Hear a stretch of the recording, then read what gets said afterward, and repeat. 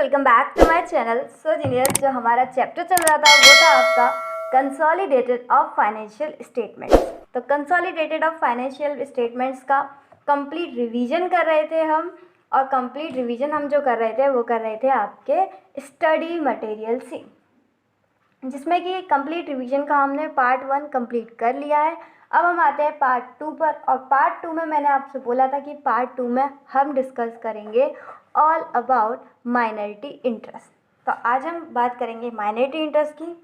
पहले मैं आपको नोट से बता दूंगी ऊपर ऊपर से कि माइनॉरिटी इंटरेस्ट क्या होता है और इसे कैसे कैलकुलेट करते हैं, और उसके बाद हम स्टडी मटेरियल से जो भी पूरा हाईलाइटेड पार्ट है उससे अच्छे से डिस्कस करेंगे, जिससे कि आपको बहुत अच्छे से समझ में भी आ जाएगा पूरा माइनॉरिटी इंटरेस्ट, और जल्दी भी हो जाएगा बिकॉज मैंने इम्पॉर्टेंट ऑलरेडी पूरा हाईलाइटेड है। सो स्टार्ट करें फटाफट से। माइनॉरिटी इंटरेस्ट क्या होता है? तो ये रहा आपका माइनॉरिटी इंटरेस्ट। तो सबसे पहले मैं आपको बता दूं माइनॉरिटी वाले होते कौन हैं। माइनॉरिटी वाले होते कौन हैं? तो देखो, स्टार्टिंग हुई आपकी सब्सिडरी से। ये कौन है? ये है सब्सिडरी कंपनी।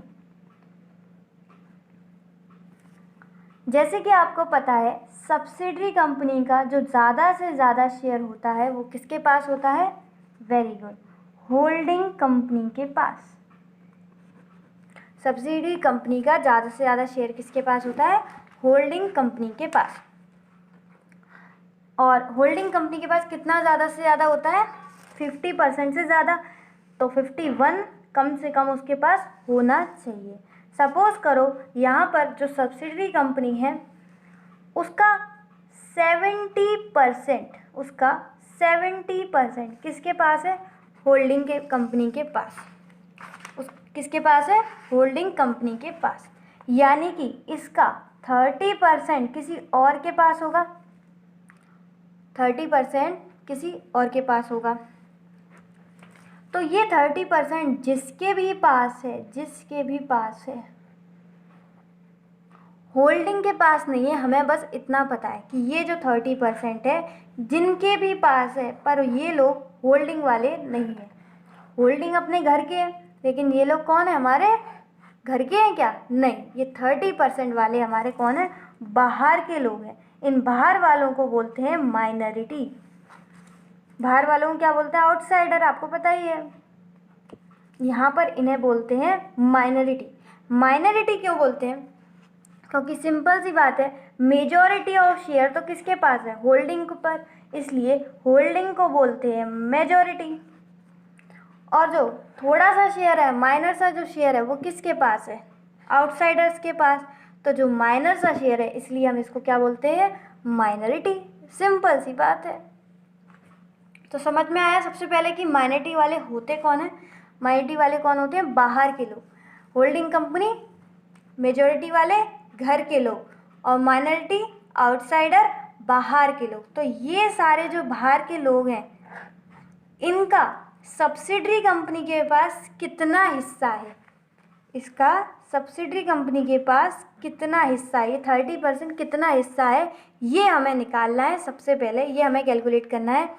हमें ये तो पता चले कंसोलिडेटेड फाइनेंशियल स्टेटमेंट्स हम पढ़ रहे हैं किसी कंपनी के, तो उससे हमें ये तो शो होना चाहिए ना कि बाहर वालों का कितना पैसा देना है हमें। उसी से तो हमें पता चले कि सब्सिडरी कंपनी का क्या हालचाल चल रहा है। हमें क्या पता करना पड़ेगा कि बाहर वाली कंपनी, बाहर वाले जो लोग हैं, जो माइनॉरिटी है, जो आउटसाइडर है, उनको हमें कितना पैसा देना है। तो हमें इसलिए कैलकुलेट करना पड़ेगा कि माइनॉरिटी का इंटरेस्ट कितना है। तो सबसे पहले हमें क्या करना पड़ेगा? माइनॉरिटी का इंटरेस्ट कितना है। और इसे हम क्या करेंगे? जब हम कंसोलिडेटेड फाइनेंशियल स्टेटमेंट्स को प्रेजेंट करेंगे, सबसे पहले तो क्या किया हमने? माइनॉरिटी इंटरेस्ट को आइडेंटिफाई किया कि माइनॉरिटी यानी कि बाहर के लोगों का कितना हिस्सा है। उसके बाद जब हमें आइडेंटिफाई हो जाएगा, जब हमें पता चल जाएगा कि माइनॉरिटी इंटरेस्ट कितना है, तब हम क्या करेंगे? जब हम कंसोलिडेटेड फाइनेंशियल स्टेटमेंट्स प्रिपेयर करेंगे, प्रेजेंट करेंगे, तब हम क्या करेंगे? इन माइनॉरिटी इंटरेस्ट को क्या करेंगे, सेपरेटली प्रेजेंट करेंगे। कैसे प्रेजेंट करेंगे, सेपरेटली प्रेजेंट करेंगे, जिससे कि हम जैसे आम बंदों को क्लियरली डिफाइंड हो जाए, क्लियरली समझ में आ जाए कि ये लोग बाहर के लोग हैं, इनका इतना हिस्सा है, और वो एकदम हमें सेपरेटली प्रेजेंट होता है। तो सेपरेटली कंसोलिडेटेड फाइनेंशियल स्टेटमेंट्स में इसे सेपरेटली प्रेजेंट करने से पहले हमें आइडेंटिफाई करना पड़ेगा कि माइनॉरिटी वालों का इंटरेस्ट है कितना। तो चलो, उत्सुक हो गए आप भी लोग बहुत ज़्यादा कि माइनॉरिटी इंटरेस्ट को कैसे आइडेंटिफाई करते हैं, कैसे माइनॉरिटी इंटरेस्ट को कैलकुलेट करते हैं। तो देखो, सबसे पहली बात, माइनॉरिटी इंटरेस्ट वालों ने क्या लिया है, शेयर कैपिटल कितना, 30%। तो सबसे पहले उनका हिस्सा किसमें होगा, share capital held by minority. तो जो शेयर कैपिटल सब्सिडरी की होगी ना, शेयर कैपिटल जो होगी उसमें पोर्शन का मतलब हिस्सा, माइनॉरिटी वालों का कितना हिस्सा है। तो हम क्या करेंगे, जो शेयर कैपिटल सब्सिडरी की होगी उसमें माइनॉरिटी का जितना इंटरेस्ट होगा, माइनॉरिटी का बताओ कितना हिस्सा है, पोर्शन कितना है, 30%। हमारा जो एग्जाम्पल चल रहा है उसमें कितना है, 30%। तो जो भी शेयर कैपिटल होगी उसका हम क्या करेंगे, 30% कर देंगे, और हम बोलेंगे ये किसका है, ये माइनॉरिटी वालों का है। किसका है, माइनॉरिटी वालों का है। Very good. उसके बाद क्या खाली शेयर कैपिटल ले बैठेंगे, शेयर कैपिटल का क्या करेंगे ये लोग, नहीं, इनको प्रॉफिट में भी हमें क्या करना पड़ेगा, हिस्सा देना पड़ेगा। इनको हमें प्रॉफिट में भी हिस्सा देना पड़ेगा। तो जो भी प्रॉफिट होगा, देखो यहाँ भी लिखा है प्रॉफिट, यहाँ भी लिखा है प्रॉफिट, तो इसमें भी हम इनको 30% का पोर्शन, इनका हिस्सा कितना है, 30%। ये जो मैं 30% बोल रही हूँ ये सिर्फ और सिर्फ हमारे एग्जाम्पल में, आपके क्वेश्चन में 20% भी हो सकता है। सपोज करो होल्डिंग ने 80% लिया है, तो माइनॉरिटी का कितना हो गया, 20%, लेकिन हमने कितना लिया है अपने केस में, 80%। ठीक है, तो मैं हमेशा किसकी बात करूँगी, 80%, क्योंकि हमने जो एग्जाम्पल लिया है वो 70 और 30 का लिया है, तो हम हमेशा 30% की बात करेंगे। ठीक है, तो सबसे पहले हमने शेयर कैपिटल का 30% दे दिया, उसके बाद हमने क्या किया, प्रॉफिट का भी 30% दे दिया, और सिंपल से हमारा निकल आया माइनॉरिटी इंटरेस्ट। तो बताओ माइनॉरिटी वाले कौन होते हैं, माइनॉरिटी वाले बाहर के लोग होते हैं, आउटसाइडर्स होते हैं। उनका हमें क्या करना पड़ता है, आइडेंटिफाई करना पड़ता है कि उनका इंटरेस्ट कितना है। उसके बाद हमें उसे सेपरेटली प्रेजेंट करना होता है, किसमें, कंसोलिडेटेड ऑफ फाइनेंशियल स्टेटमेंट्स में। लेकिन माइनॉरिटी इंटरेस्ट को आइडेंटिफाई कैसे करेंगे, माइनॉरिटी इंटरेस्ट को कैलकुलेट कैसे करेंगे, तो माइनॉरिटी इंटरेस्ट को हम इस तरीके से कैलकुलेट करेंगे। सबसे पहले हम देखेंगे कि उनका शेयर कैपिटल में कितना हिस्सा है, शेयर कैपिटल का पोर्शन, जैसे हमारे एग्जाम्पल में कितना था, 30%। फिर उनका प्रॉफिट में कितना हिस्सा है, हमारे एग्जाम्पल में 30%। तो शेयर कैपिटल और जो जो उनका प्रॉफिट में हिस्सा होगा दोनों को हम टोटल कर देंगे और हमारा आ जाएगा माइनॉरिटी इंटरेस्ट। इतनी सी बात है, सिंपल सी। अब यहाँ पे तुम्हें लोगों को जो कन्फ्यूज़न हुआ होगा वो होगा प्री एक्विजिशन और पोस्ट एक्विजिशन। प्री एक्विजिशन और पोस्ट एक्विजिशन, तो प्री एक्विजिशन और पोस्ट एक्विजिशन क्या होता है, सबसे पहले तो मैं आपको ये बता दूँ। प्री एक्विजिशन प्रॉफिट और पोस्ट एक्विजिशन प्रॉफिट क्या होता है। तो देखो ये दोनों ही जो बातें हैं, प्री और पोस्ट, ये दोनों ही बातें कौन किसके अकॉर्डिंग देखते हैं, हम इसके अकॉर्डिंग देखते हैं, किसके, होल्डिंग कंपनी के अकॉर्डिंग। देखो ये टाइमलाइन है आपकी। सपोज करो होल्डिंग कंपनी ने ये जो 70% जो शेयर ऊपर दिख रहा है इसका, ये खरीदा है इस टाइम पे, इसने जो शेयर कैपिटल एक्वायर करी है वो इस टाइम पर एक्वायर की है। ठीक है, इस टाइम पर इसने 70% एक्वायर की है, तभी तो ये बन गया होल्डिंग कंपनी। तो ये क्या बोलेगा कि मैंने जो शेयर कैपिटल है, जो शेयर्स हैं वो इस दिन एक्वायर किए हैं, यानी कि इससे पहले जितना भी मेरा प्रॉफिट था, जो भी मेरा हिस्सा है किसमें, सब्सिडरी में, सब्सिडरी के प्रॉफिट में, ऑब्वियस सी बात है कि सब्सिडरी के प्रॉफिट में होल्डिंग कंपनी का क्या होगा, हिस्सा होगा। लेकिन जितना भी हिस्सा इसका इसके शेयर एक्वायर करने से पहले का है उसको हम बोलेंगे प्री एक्विजिशन ऑफ प्रॉफिट। और यहाँ पर इसने जो शेयर खरीद लिए है इसके बाद जितना हिस्सा है ये होगा आपका पोस्ट एक्विजिशन प्रॉफिट। यानी कि एक्वायर करने से पहले कितना जो इसका प्रॉफिट में हिस्सा है वो क्या होगा, प्री एक्विजिशन प्रॉफिट। और एक्वायर करने के बाद इसका जो हिस्सा है उसको हम बोलेंगे पोस्ट एक्विजिशन ऑफ प्रॉफिट। और प्री एक्विजिशन प्रॉफिट के ऊपर मैंने गुडविल जब मैंने आपको पढ़ाया था, कंप्लीट रिवीजन पार्ट 1 आप उसको करके आए होंगे और आपने अच्छे से समझा होगा कि प्री एक्विजिशन क्या होता है। ठीक है, यहाँ पर मैं सिर्फ इतना बताना चाहूँगी कि जो एक्वायर से पहले प्रॉफिट में हिस्सा होता है उसको हम बोलते हैं प्री एक्विजिशन ऑफ प्रॉफिट, और एक्वायर करने के बाद जो हिस्सा होता है उसको हम बोलते हैं पोस्ट एक्विजिशन ऑफ प्रॉफिट। तो मैंने यहाँ पर बोला था कि ये सारी चीज़ें किसके लिए होती हैं, जब हम होल्डिंग की बात करते हैं। लेकिन जब आप सोचो एज अ माइनॉरिटी के हिसाब से सोचो, तो माइनॉरिटी के लिए क्या प्री और क्या पोस्ट, वो होल्डिंग ही तो अभी आया है। माइनॉरिटी बोल रहा है मैं तो कब से हूँ यहाँ पर, तुम अभी आए हो, तुम्हारे शेयर एक्वायर करने से पहले बोल रहे हो प्री, एक्वायर करने के बाद बोल रहे हो पोस्ट। लेकिन हम तो पहले के ही यहाँ आए हैं, तो हमारे लिए ना कुछ प्री है और ना कुछ पोस्ट। हमारे लिए सारे जो भी प्री है जो भी पोस्ट है उन सब में हमारा हिस्सा है। ठीक है, हमें कुछ अलग से दिखाना नहीं है, ये सारा जितना भी प्रॉफिट हुआ है ये सारा हमारा है। ठीक है, तो यानी कि प्री एक्विजिशन का जो प्रॉफिट है उसमें हिस्सा शेयर क्या किसका, माइनॉरिटी का। पोस्ट एक्विजिशन प्रॉफिट उसमें भी किसका, माइनॉरिटी का। यानी कि ये लोग क्या करते हैं, अपना प्री और पोस्ट अलग अलग नहीं दिखाते हैं, ये लोग चाहे प्री हो या पोस्ट हो दोनों को ही डायरेक्टली ऐड कर देते हैं। लेकिन अगर आपको पता हो तो होल्डिंग कंपनी क्या करती है, प्री एक्विजिशन प्रॉफिट को अपनी जो भी उसने इन्वेस्टमेंट करी है वहाँ से रिकवर करती है, मतलब क्रेडिट कर देती है। और जब पोस्ट एक्विजिशन होता है वो उसके लिए डालती है P&L में, प्रॉफिट एंड लॉस अकाउंट में।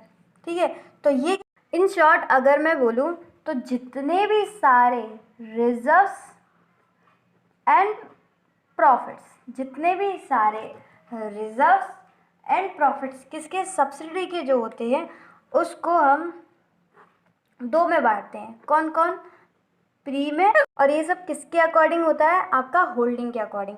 होल्डिंग ने जब शेयर एक्वायर किए हैं उससे पहले का प्रॉफिट बोलते हैं प्री, और होल्डिंग ने जब एक्वायर किए हैं शेयर उसके बाद का प्रॉफिट बोलते हैं पोस्ट। अब ये प्री पोस्ट जो है ये होल्डिंग कंपनी प्री को अलग तरीके से ट्रीट करती है और पोस्ट को अलग तरीके से ट्रीट करती है। लेकिन अगर आप बात करें माइनॉरिटी की, तो माइनॉरिटी के लिए क्या प्री और क्या पोस्ट, उसके लिए प्री में भी अपना हिस्सा उतना ही है उसका और पोस्ट में भी, और वो दोनों को सेम तरीके से ट्रीट करती है। तो आपको होप सो समझ में आया हो कि माइनॉरिटी में हमें क्या क्या लेना है। सबसे पहले हिस्सा शेयर कैपिटल का, दूसरा प्री एक्विजिशन ऑफ प्रॉफिट और तीसरा आपका पोस्ट एक्विजिशन ऑफ प्रॉफिट। तीनों को प्लस कर लेंगे और माइनॉरिटी इंटरेस्ट आ जाएगा। ठीक है, अब बात करते हैं एक बहुत ही इम्पोर्टेंट, जिससे कि आपका इलस्ट्रेशन नंबर 3 सॉल्व होने वाला है। ठीक है, माइनॉरिटी इंटरेस्ट की पहली हमने देख ली, माइनॉरिटी इंटरेस्ट को हमने कैसे आइडेंटिफाई कैलकुलेट करना है। एक बहुत ही इम्पॉर्टेंट चीज़ जो माइनॉरिटी इंटरेस्ट से रिलेटेड है, अब हम उसके बारे में बात करते हैं। क्या है ये इम्पॉर्टेंट बात, हेडिंग पढ़ते हैं, treatment when losses which belong to minority. Treatment किसके बारे में, जब लॉसेस जो कि किसके बिलोंग करते हैं, which belong to minority, minority को जो लॉस बिलोंग करते हैं उसका ट्रीटमेंट कब करना है, जब वो एक्सीड हो जाते हैं माइनॉरिटी इंटरेस्ट से। जब वो एक्सीड हो जाते हैं माइनॉरिटी इंटरेस्ट से, इसको भी मैं आपको एक बार अलग तरीके से समझाना चाहूँगी। देखो, सपोज करो ये आपका बिजनेस है, ठीक है, ये आपका बिजनेस है। तो सीधी बात है, बिजनेस में कभी प्रॉफिट होता है, अप्स एंड डाउन आते ही रहते हैं। तो कभी होता है इसमें प्रॉफिट और कभी होता है इसमें लॉस। अब सपोज करो इसमें प्रॉफिट हुआ तो वो किसका? आपका। Very good. अब इसमें प्रॉफिट हो गया, वो आपकी पॉकेट में है। उसके बाद क्या हुआ? इसमें लॉस होना शुरू हो गया। तो आप अपने जो प्रॉफिट आपकी पॉकेट में है उससे आप उसको क्या करने लग गए? एडजस्ट करने लग गए। लेकिन इस बिज़नेस की पता नहीं किसकी नज़र लगी, जो इसमें लॉस होते गए और होते ही गए। तो आप क्या कर रहे हो? जो भी आपकी पॉकेट में प्रॉफिट है इसका, उससे क्या कर रहे हो? आप इसे एडजस्ट करते जा रहे हो। लेकिन एक ऐसा समय आया, यहाँ पर क्या हुआ? एक ऐसा समय आया कि यहाँ पर आपकी पॉकेट जो है वो पूरी तरीके से खाली हो चुकी है। लेकिन जो बिज़नेस है उसमें लॉस अभी तक बंद नहीं हो रहे हैं, लॉस तो होते जा रहे हैं। तो सीधी बात है, हम तो ठहरे बच्चे, कब तक झेलें लॉसेस को? यहाँ तक जब तक हमारी पॉकेट में पैसा था हमने झेल लिया। अब हमने क्या किया? अब ये जो आगे के लॉस चल रहे हैं, हमने अपने सुपर हीरो को बुलाया, ठीक है, और वो तो हमेशा हंसते हैं। उन्होंने कही ये जो लॉसेस हैं वो क्या करते हैं? हम झेल रहे हैं। कौन झेल रहा है? जो भी उनकी पॉकेट में पैसा है। अब उनकी पॉकेट का देखो पैसा, ये हमारी पॉकेट का पैसा था, हमारा तो पूरा खाली हो गया। अब जो उनकी पॉकेट का जो पैसा है वो क्या कर रहे हैं? उनकी पॉकेट में तो बहुत पैसा है। कैसे पैसा है? पुराना पैसा होगा, वो तो कब से ही बिजनेस कर रहे हैं। हम तो अब नए नए अपने बिजनेस में आए हैं। जो उनका बिजनेस, उनका जो प्रॉफिट है उसमें बहुत प्रॉफिट है, ठीक है, उनकी पॉकेट में प्रॉफिट है। तो वो क्या कर रहे हैं? वो जो हमारे ये जो लॉस हैं वो झेल रहे हैं, ठीक है। मतलब हमारी मुश्किल घड़ी में हमारा वो सारा जो है वो लॉस अपने प्रॉफिट में एडजस्ट कर रहे हैं, ठीक है। अब जैसे कि मैंने बोला, अप्स एंड डाउन्स आते ही रहते हैं। तो बिजनेस में पहले प्रॉफिट हुआ था, हमारा हो गया, फिर लॉस होते रहे, हम तब तक उसे एडजस्ट करते रहे जब तक हमारी पॉकेट में प्रॉफिट था। फिर और लॉसेस होते रहे, हम नहीं झेल पाए लेकिन होल्डिंग ने झेल लिया, ठीक है। अभी यहाँ पर जो एग्जाम्पल चल रहा है वही जाने आप। उसके बाद लॉस होते गए और एक बार अंत हो गया गमों का और सारे लॉसेस ख़त्म हो गए और वापस से खुशियाँ आई और प्रॉफिट होना शुरू हो गया। अब मुझे आप बताओ, यहाँ पर एक इम्पॉर्टेंट बात है, जो ये प्रॉफिट है ये किसका है? क्या हमारा है ये प्रॉफिट? क्या अपनी जेब भर लें पहले? नहीं, इस प्रॉफिट को क्या करना पड़ेगा हमें? जब तक ये जो जितने भी हमारे इन्होंने लॉस झेले हैं, ये सारा प्रॉफिट हमें क्या करना पड़ेगा? इनको देना पड़ेगा। तब तक देना पड़ेगा जब तक हमारे जितने भी इन्होंने लॉस झेले थे उतना प्रॉफिट से इनका पूरा नहीं हो जाता। तो जितना भी अब प्रॉफिट होगा, जितने भी सब्सिक्वेंट प्रॉफिट होंगे, ये सारे हम इनको देंगे। जैसे ये सारे लॉसेस का सारा प्रॉफिट हो जाएगा, उसके बाद जो प्रॉफिट होगा उसके बाद हम अपने देखेंगे, ठीक है। तो पहले जिसने हमारी मुश्किल घड़ी में साथ दिया, जिसने हमारे लॉसेस को अपनी पॉकेट से एडजस्ट किया, उसको हम क्या करेंगे? जो सब्सिक्वेंट प्रॉफिट है, आगे जाके जो लॉस के बाद जो प्रॉफिट हुआ है वो हम पहले इन्हें देंगे, पहले इनका कर्जा उतारेंगे। उसके बाद जो प्रॉफिट हुआ उससे हम अपनी क्या करेंगे? अपनी पॉकेट भरेंगे। वापस से समझ में आया? अब इसी चीज़ को हम समझते हैं, ठीक है। ये तो एग्जाम्पल था जिससे कि आपको अच्छे से समझ में आए, लेकिन रियल में जो कहानी होती है कंसोलिडेटेड ऑफ फाइनेंशियल स्टेटमेंट्स, अब हम उस तरीके से पढ़ते हैं। Treatment when losses which belong to minority, मतलब जो लॉस हमें बिलोंग करते हैं वो एक्सीड कर गए हमारी पॉकेट से, यानी कि हमारे पॉकेट में कुछ बचा ही नहीं। एक्सीड माइनॉरिटी इंटरेस्ट, यानी कि जो माइनॉरिटी का इंटरेस्ट होता है, जो माइनॉरिटी का हिस्सा होता है, जो माइनॉरिटी का प्रॉफिट होता है, उससे लॉसेस क्या हो गए, एक्सीड कर गए, मतलब लॉसेस ज़्यादा हो गए और उनका जो हिस्सा है वो कम पड़ गया। तो वो अब कैसे एडजस्ट करें अपना, खुद से तो कर ही नहीं सकते क्योंकि उनके पास पैसा इतना बचा ही नहीं है। तो इसके लिए क्या बोला, the excess of loss over minority and any further losses are adjusted against majority. तो जितने भी ज़्यादा लॉसेस हो गए, किससे, जब हम माइनॉरिटी इंटरेस्ट से, यानी कि माइनॉरिटी इंटरेस्ट तब तक झेल रहा था, लेकिन यहाँ पर क्या हुआ, माइनॉरिटी इंटरेस्ट अब झेल नहीं सकता क्योंकि माइनॉरिटी का जो इंटरेस्ट है वो कम पड़ गया और लॉसेस जो थे ज़्यादा पड़ गए। इसलिए बोला गया कि अब जो लॉसेस होंगे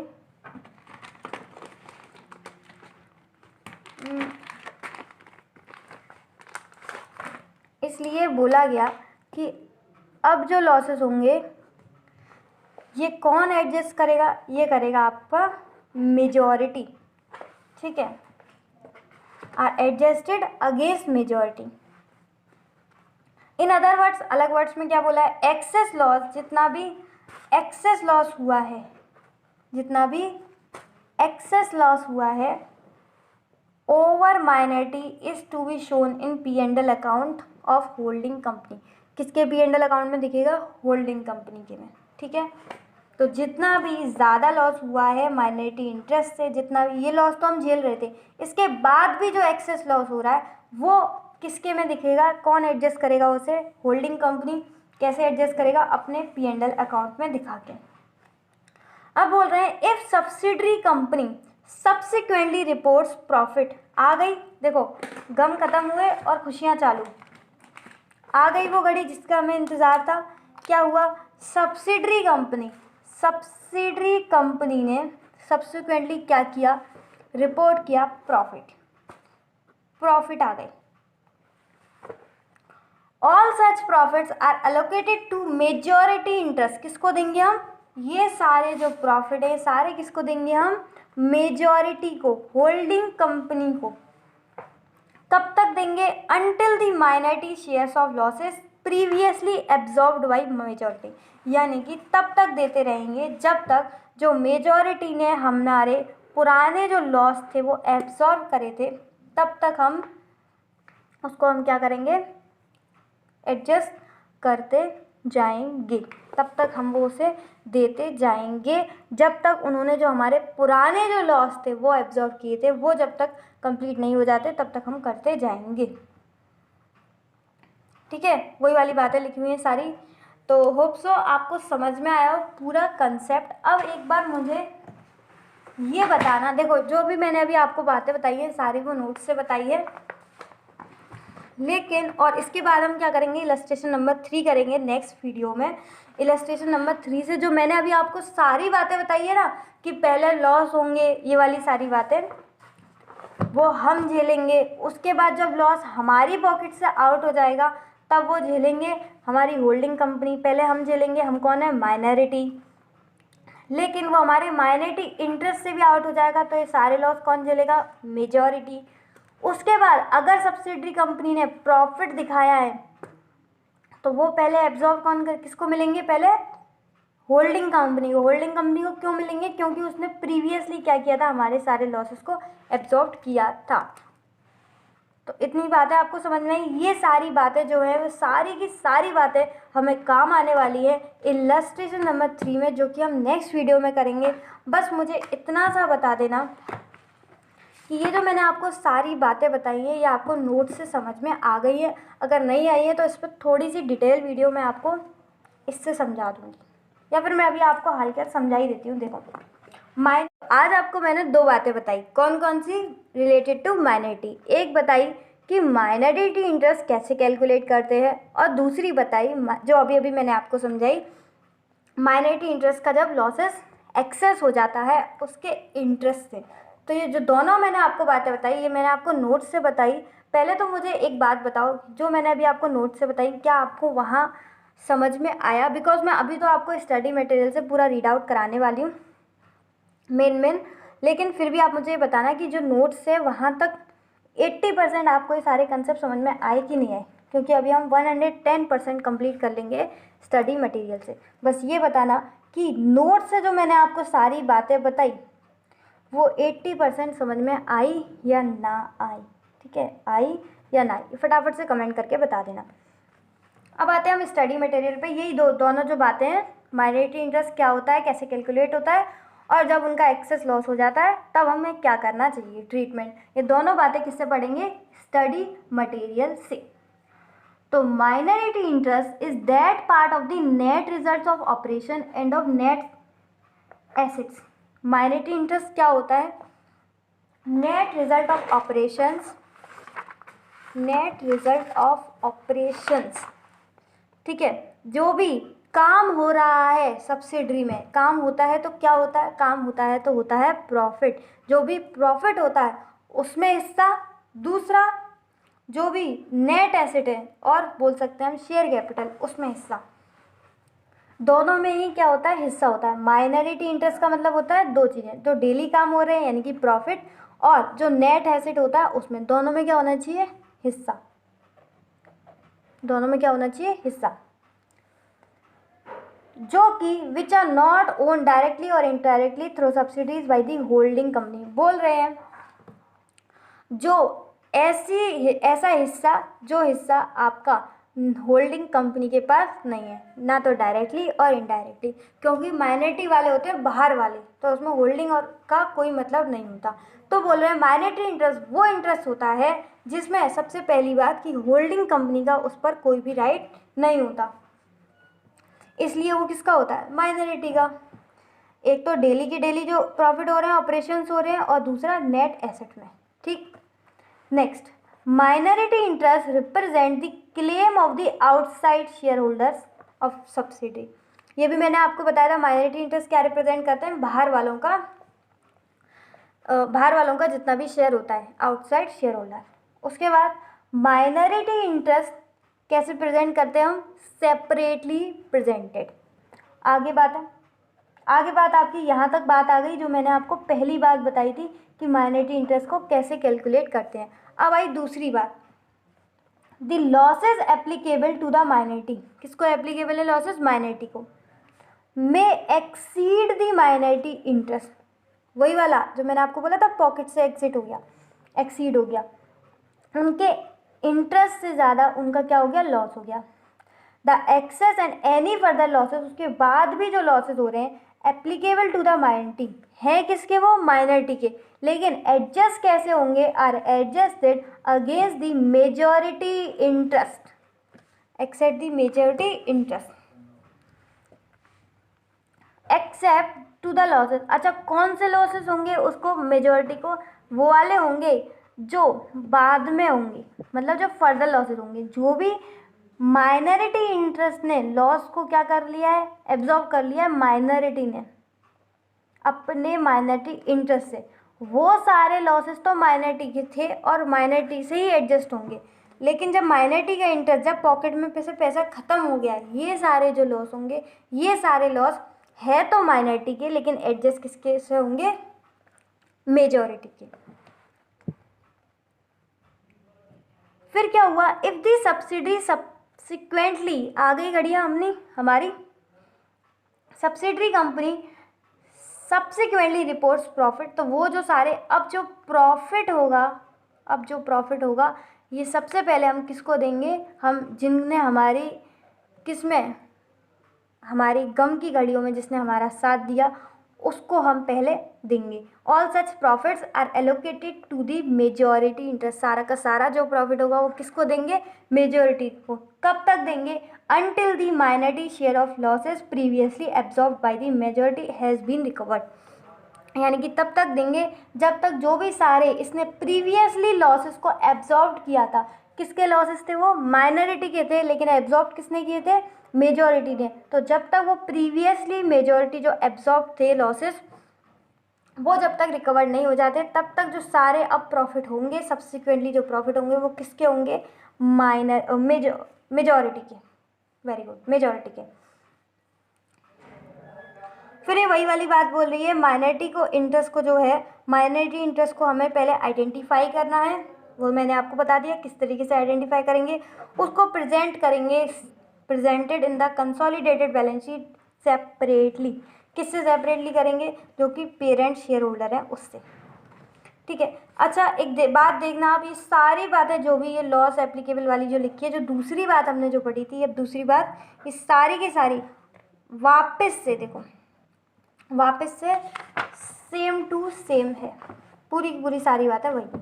हैज़ बीन रिकवर्ड तक देखो, हैज़ बीन रिकवर्ड यहाँ भी था, has been recovered same line है। आप दोबारा पढ़ लेना, दोबारा और अच्छे से समझ में आ जाएगा। अब क्या बोल रहे हैं?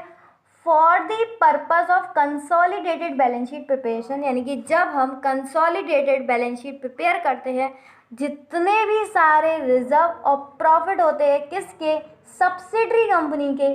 कैसे क्लासीफाई करते हैं? दो हिस्सों में, एक होता है आपका प्री और दूसरा होता है आपका पोस्ट।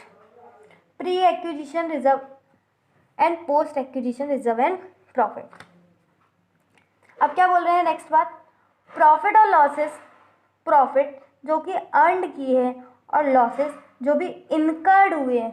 प्रॉफिट्स जो भी अर्नड किए हैं और लॉसेस जो भी इनकर्ड हुए हैं किसने? By subsidiary company up to the date of acquisition of shares by the holding company are pre acquisition.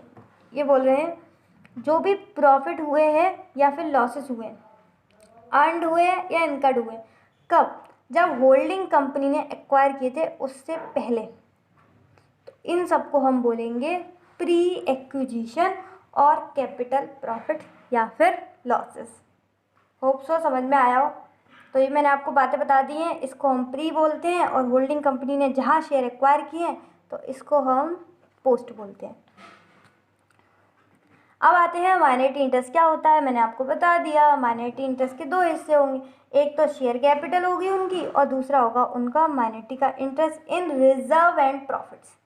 ठीक है, तो उनके लिए तो कोई मतलब नहीं है क्या प्री और क्या पोस्ट, वो मेजॉरिटी की तरह अलग अलग ट्रीट तो करते नहीं है कि प्री को अलग तरीके से ट्रीट करना और पोस्ट को अलग, वो तो सबको समान है क्योंकि वो होल्डिंग कंपनी से पहले के आ रखे हैं, इसलिए उनको प्री और पोस्ट से कोई मतलब नहीं है। प्री और पोस्ट दोनों ही उनके लिए समान है। तो होप सो यहाँ की वीडियो यही ख़त्म। बहुत ज़्यादा लंबी हो चुकी होगी वीडियो, बट क्या करें यार, कंसोलिडेटेड फाइनेंशियल स्टेटमेंट है ही ऐसा, इसलिए मैंने आपको इतनी मतलब बहुत धीरे धीरे, जैसे कि मैंने आपसे बोला था इसमें बहुत ज़्यादा फेथ एंड पेशेंस चाहिए, तो उस तरीके से ही मैं आपको पढ़ा रही हूँ।